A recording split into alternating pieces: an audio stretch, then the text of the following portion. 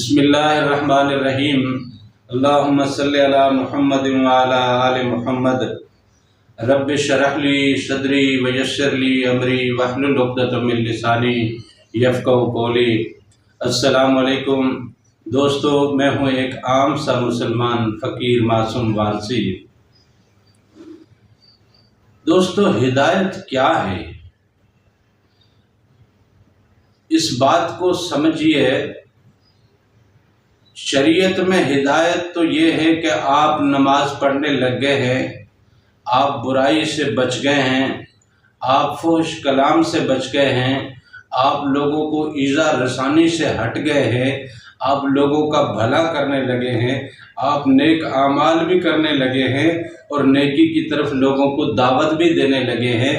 اچھے اعمال کرنا، امر بالمعروف اور نہی عن المنکر، یہ شریعت کے پیرائے کا ایک اچھا انسان ہے، ہدایت یافتہ انسان ہے۔ لیکن فقیروں کے پیرائے کا جو ہدایت یافتہ ہے وہ ہے جس کے قلب کو اللہ کے نور کی اور دیدار کی دولت ملی ہے۔ یہ وہ دولت ہے جو قلب کو جب نور کی دولت عطا ہو جاتی ہے، جب اللہ اور اس کے جلووں کا دیدار اسے مل چکا ہوتا ہے، تو یہ اپنی آنکھوں سے وہ دیکھ چکا ہوتا ہے جو رنگ اللہ کا اور اس کے جلووں کا ہے، اس کے انوار کا ہے۔ تو اس انوار کی دنیا میں اب وہ جناب اس رستے پہ آ چکا ہے۔ یہ فقیروں کی نظر میں حقیقت میں راہ ہدایت ہے۔ اس ہدایت کے بعد شیطان آپ کو برگلا نہیں سکتا۔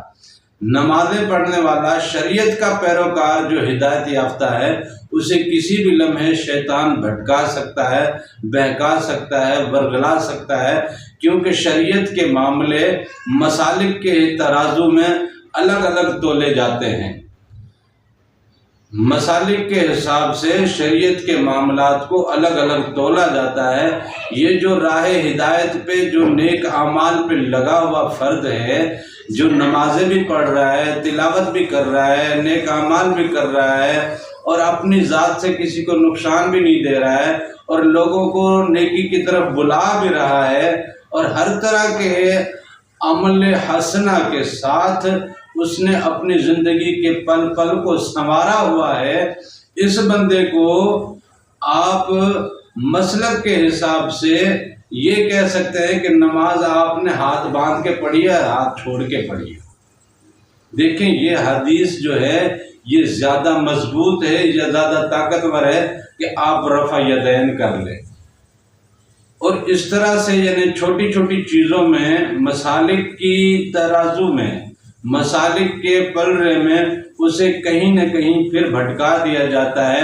شریعت کے بہت سارے معاملات ایسے ہیں، شادی کے معاملات ہیں، نکاح کے معاملات ہیں، جو مسالک کے حساب سے ذرا تھوڑا بہت ہیر پھیر رکھتے ہیں۔ اس طرح میت کی تدفین کے حوالے سے اور میت کے بعد کے جو امور ہیں، جیسے ختم دینا، درود پڑھنا اور اس طرح کے خیرات کرنا، نظر نیاز کرنا، ان کاموں میں مسالک دوسرے مسالک کو کہیں چھوٹا کرتے ہیں، کہیں اس کو رد کرتے ہیں، کہیں اس کو بالکل ہی ختم کر دیتے ہیں۔ تو یہ مسالک کے مابین جو ہمارے علماء نے کھچاؤ پیدا کر دیا ہے، یہ کھچاؤ شریعت کے پیروکار کو کہیں نہ کہیں پھر ڈیمیج کر سکتا ہے۔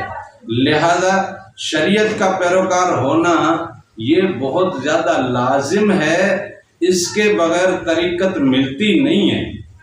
اگر آپ طریقت پہ آنا چاہتے ہیں تو آپ کو طریقت شریعت کے بغیر نہیں ملے گی، آپ کو باشرہ ہونا پڑے گا۔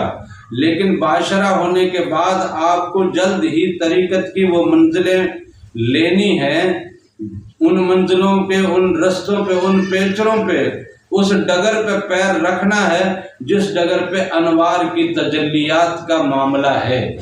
جب انوار کی تجلیات اور قلب کی روشنی کا معاملہ اور قلب کی بیداری کا معاملہ آپ کا ہو چکا ہوتا ہے، پھر مسالک کے معاملات آپ کو بھٹکاتے نہیں ہیں، کیونکہ پھر آپ کو حقیقی روشنی پڑ چکی ہے کہ یہ تمام معاملات کہیں پہ بھی